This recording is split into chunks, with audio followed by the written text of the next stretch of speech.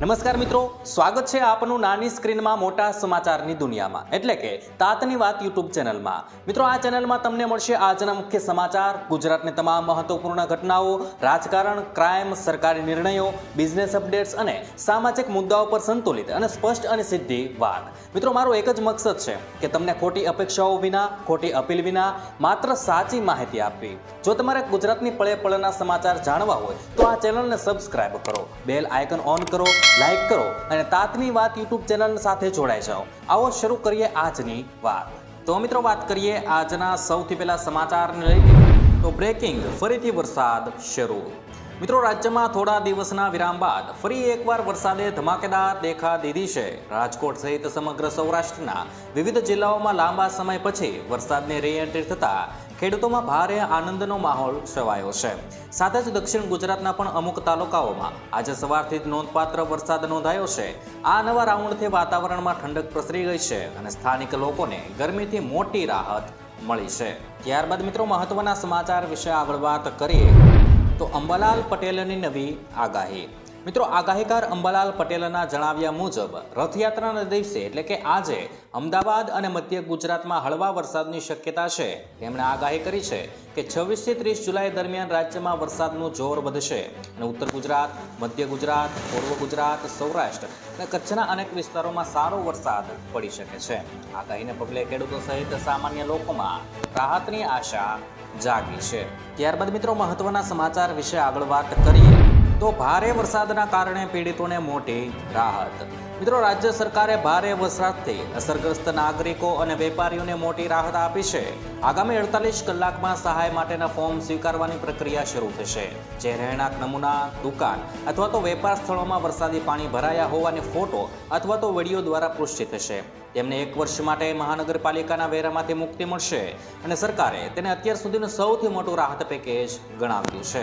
ત્યારબાદ મિત્રો, મહત્વના સમાચાર વિશે આગળ વાત કરીએ તો એક સાથે 4 વેધર સિસ્ટમ એક્ટિવ. મિત્રો, હવામાન વિભાગ મુજબ રાજ્યમાં હાલમાં low pressure system, upper air cyclonic circulation, western disturbance અને મોન્સૂન ટ્રફ સહિત 4 શક્તિશાળી વેધર સિસ્ટમ સક્રિય છે. તેના સંયુક્ત પ્રભાવથી અરબી સમુદ્ર તરફથી ભેજવાળા પવનો ફૂંકાઈ રહ્યા છે. રાજકોટ, ખેડા, વલસાડ અને ભાવનગરમાં ધીમો વરસાદ શરૂ થયો છે. રથયાત્રા એટલે કે આજના દિવસે અમદાવાદમાં વાવાઝોડા સાથે ભારે વરસાદની આગાહી કરવામાં આવી છે. ત્યારબાદ મિત્રો, મહત્વના સમાચાર વિશે આગળ વાત કરીએ તો 5% વ્યાજ પર લોન આપી રહી છે સરકાર.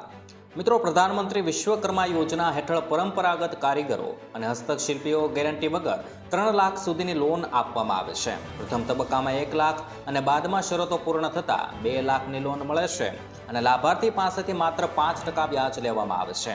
જ્યારે સરકાર 8% સુધી વ્યાજ સબસિડી આપે છે. 18 પરંપરાગત વ્યવસાયો સાથે જોડાયેલા 18 વર્ષથી વધુ ઉંમરના અને સરકારી નોકરીમાં ન હોય તેવા અરજદારો નોંધણી કરાવી શકે. ત્યારબાદ મિત્રો, મહત્વના સમાચાર વિશે આગળ વાત કરીએ તો વેપારીઓ માટે રાહત પેકેજ જાહેરાત. મિત્રો, સુરતમાં 6 જુલાઈએ પડેલા ભારે વરસાદ બાદ પૂરથી પ્રભાવિત વેપારીઓ માટે રાજ્ય સરકારે વિશેષ રાહત પેકેજ જાહેર કર્યું છે. આ યોજના હેઠળ લારી ગલ્લા ધારકોને 7,500 રૂપિયાથી લઈ પાકી દુકાનદારોને 1 લાખ રૂપિયા સુધીની આર્થિક સહાય અપાશે. આ ઉપરાંત ધંધો ફરી શરૂ કરવા 30 લાખ રૂપિયા સુધીની બેંક લોન તેમજ 7% વ્યાજ સબસિડી પણ આપવામાં આવશે. ત્યાર પછી મિત્રો, આજની હવામાન આગાહી વિશે વાત કરીએ તો આજે મિત્રો અષાઢી બીજ છે અને ગુજરાતમાં ચોમાસાના વર્તમાન રાઉન્ડ આગામી દિવસોમાં વધુ સક્રિય બનવાના સંકેતો વચ્ચે ભારતીય હવામાન વિભાગ એટલે કે IMDએ રાજ્ય માટે આગામી 1 સપ્તાહ એટલે કે અઠવાડિયાની મહત્વપૂર્ણ આગાહી જાહેર કરી છે. વિભાગના જણાવ્યા મુજબ આગામી 7 દિવસ દરમિયાન રાજ્યના મોટા ભાગના વિસ્તારોમાં સામાન્યથી મધ્યમ વરસાદી માહોલ યથાવત રહેવાની સંભાવના છે. અને આ સમયગાળા દરમિયાન અનેક વિસ્તારોમાં ગાજવીજ, વીજળીના ચમકારા અને તેજ પવન સાથે વરસાદી ઝાપટા પડી શકે છે. મિત્રો, એક સાથે 4 હવામાન સિસ્ટમ સક્રિય થઈ છે. મિત્રો, હવામાન વિભાગના વિશ્લેષણ અને સેટેલાઇટ અવલોકનો મુજબ હાલમાં દેશ અને ગુજરાતના વાતાવરણમાં એક સાથે 4 મહત્વપૂર્ણ હવામાન સિસ્ટમ સક્રિય થઈ છે. તેમાં low pressure system, upper air cyclonic circulation, western disturbance અને મોન્સૂન ટ્રફનો સમાવેશ થાય છે. આ 4 સિસ્ટમનો સંયુક્ત પ્રભાવને કારણે અરબી સમુદ્ર તરફથી ભેજયુક્ત પવનો તરફ આગળ વધી રહ્યા છે. આના કારણે રાજ્યના વિવિધ વિસ્તારોમાં વાદળછાયું વાતાવરણ, ગાજવીજ અને મધ્યમ વરસાદ માટે અનુકૂળ પરિસ્થિતિ સર્જાઈ રહી છે. હવામાન નિષ્ણાંતોના મત મુજબ આવી સ્થિતિમાં સ્થાનિક સ્તરે અચાનક ભારે વરસાદી ઝાપટા પણ પડી શકે છે. તેથી નાગરિકોને વીજળીના ચમકારા દરમિયાન ખુલ્લા મેદાનોમાં ન જવાનું ટાળવું જોઈએ અને હવામાન વિભાગની સૂચનાઓ પર નજર રાખવાની સલાહ આપવામાં આવી છે. ત્યાર પછી મિત્રો આજે રથયાત્રાના દિવસે અમદાવાદમાં ગાજવીજ. મિત્રો અમદાવાદ શહેરમાં 16 જુલાઈ એટલે કે આજના રોજ જિલ્લામાં અને સિટીની અંદર હવામાનમાં વધુ ફેરફાર જોવા મળી શકે છે. હવામાન વિભાગના અનુમાન મુજબ બુધવારે એટલે કે આજે ગુરુવારે અમદાવાદમાં ગાજવીજ, વીજળીના ચમકારા તેમજ પવન સાથે સામાન્યથી વરસાદ મધ્યમ પડી શકે છે. આ દિવસે શહેરમાં યોજાનારી ભગવાન જગન્નાથની ઐતિહાસિક રથયાત્રા દરમિયાન પણ વરસાદી માહોલ સર્જાવાની શક્યતા હોવાથી આયોજન સાથે જોડાયેલા તંત્ર અને શ્રદ્ધાળુઓ માટે હવામાન પર સતત નજર રાખવી મહત્વપૂર્ણ બની રહેશે. જોકે વરસાદનું ચોક્કસ સ્થાન અને સમય સ્થાનિક હવામાનની સ્થિતિ પર આધાર રહેશે. જ્યારે મિત્રો હવામાન વિભાગના અનુમાન મુજબ આગામી દિવસોમાં રાજ્યના અનેક વિસ્તારોમાં સતત વરસાદ ગતિવિધિઓ ચાલુ રહેવાની શક્યતા છે.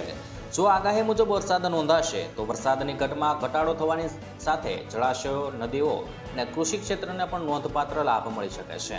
બીજી તરફ ગાજવીજ અને તેજ પવનની સંભાવનાને ધ્યાનમાં રાખીને સ્થાનિક વહીવટીતંત્રને પણ જરૂરી તાકેદારી રાખવા સૂચના આપવામાં આવી છે. હવામાન વિભાગના લાંબા ગાળાના રેકોર્ડ સૂચવે છે કે ગુજરાત હજી પણ તેની સરેરાશ વરસાદી ક્ષમતા કરતાં ઘણું પાછળ છે. આ જ કારણ છે કે ખેડૂતો અને વહીવટીતંત્ર આગામી દિવસોમાં આ સક્રિય થયેલા 4 સિસ્ટમોના કારણે સારો અને સાર્વત્રિક વરસાદ વરસે તેવી આશા રાખી રહ્યા છે, જેથી પાકને નવું જીવન મળી શકે.